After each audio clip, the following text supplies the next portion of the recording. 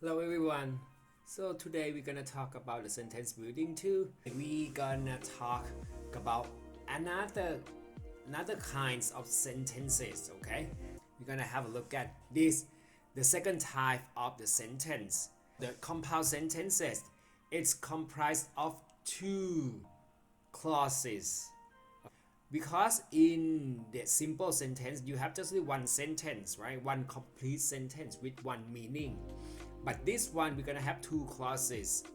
That means that we're gonna have one main clause and one another clause. So we have to we're gonna have another thing that we combine them together as well, because as you see that from the simple sentence you don't see any conjunctions at all, or the linking word that you can link between sentences. For the compound sentence we need a conjunction here, that we put the conjunction here in between the sentences. Now we're gonna have two clauses, as you see, right? We're gonna have two clauses. We're gonna have the first one and the second one. If you see for the first example here, so you see it passed 11 p.m. and then we have another clause is she still haven't arrived. So we're gonna link them together, because to a certain extent, if you cut these compound sentences into two sentences, so they make sense somehow. Okay, it's past 11 p.m. So you know, right? It's past 11 p.m. So it's quite late, right? And somehow if you say like she still hasn't arrived, so it say that she still hasn't arrived. So she still hasn't arrived. Yeah, arrived somewhere somehow. So you still understand it. But if you combine them together, it's gonna make more sense. Or the compound sentence, we're gonna use just only 7 conjunctions here. That should be this one, the fanboys. Okay, there are 7 conjunctions that we can put in here. That if you see these 7 conjunctions here, so you can say it right the way that it is a compound sentences. Okay, they are compound sentences. All right, so fanboys, what are they stand for? Okay, because fanboys comes from the initials. Remember initial just the first initial from all 7 conjunctions here. So F for for, A for N for nor, B for but, O for or, Y for yet, and S for so. Okay, so do you know the meaning of these grammatical words here? So for I would say, so you know and already. I'm gonna go through all the easiest one, the easy one first. The and, you know that it shows like it shows the the similarity. Okay, nor and but, it shows the contrast. Okay, or shows selection. Yet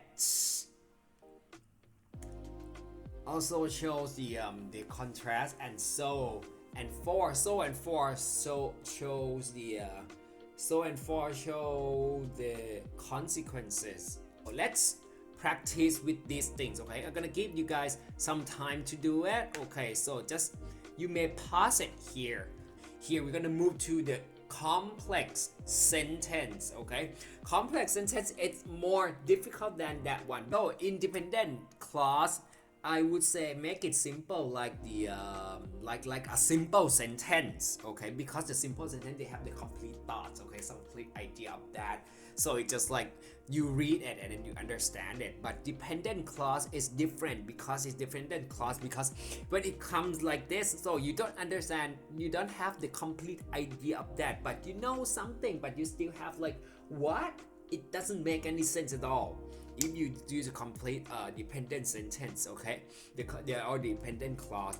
Okay, like we're gonna see the example here. Okay, if you see all the clauses that highlighted, all the blue highlighted here, they are dependent clauses. Okay, and also if there is no highlight, so they are independent clause.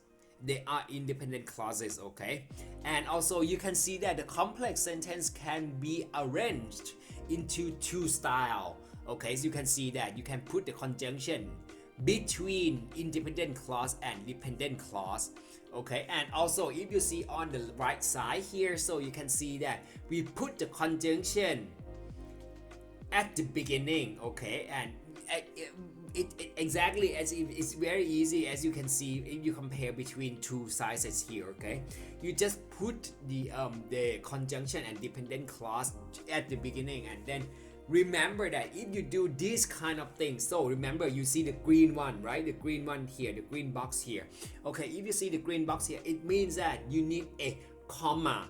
You can put a comma here in the green box. Okay, in the green box here, so you put a comma here, so it just like it's going to give you some ideas. Like here you can see that, okay, we need the we put the conjunction here, dependent clause here, and then we have the comma in the green box, and then we follow by the independent clauses. So if you talk like this, there is no right or wrong in putting these kind of things, okay, because it's just going to have the same meaning anyway. It depends on how you want to say it. Okay, so let's see, like the dependent clause, like I will do the dishes. Okay, if you look at that, okay, I will do the dishes, so you understand it. I will do the dishes, so you will wash the dish. Okay, you wash all the dishes. Okay, but if you hear just only clause like after everyone has gone home, after everyone has gone home, and then what? It doesn't make any sense. But if you put them together, I will do the dishes after everyone has gone home, so it makes sense, right? You wait for everyone to go home first, and then you will do the dishes. And the last one here, compound complex. Oh my god, compound complex. That's a combination between compound and complex.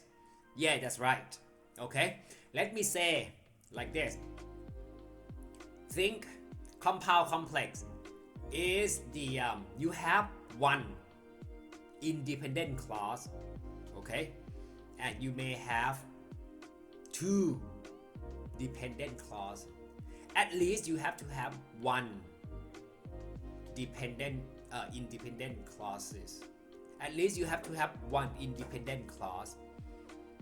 Okay, and then you have two. You can have two dependent clauses here.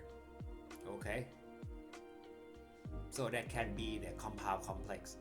But in this example, just make you very simple, because we just put the one dependent compound sentence and one dependent complex sentence in the examples here. Okay, so it make you feel a little bit easier to follow. Okay, so let's see the set examples here. The cat ran away. This one, right? This one is the independent clause. The cat ran away, but nobody was worried because he was trained to find his home. Okay, so the first one here you see in the blue here. Okay, the blue box until the before the red box. Okay, so you see that it's the compound dependent clause. Okay, and because he was trained to find his home, this is the dependent complex clause. Okay, when you combine them together, you see it is a compound complex sentence. So for the second exercise, so you translate these sentences into English. Okay, let's recap. Okay, so what do we know? The sentence building here.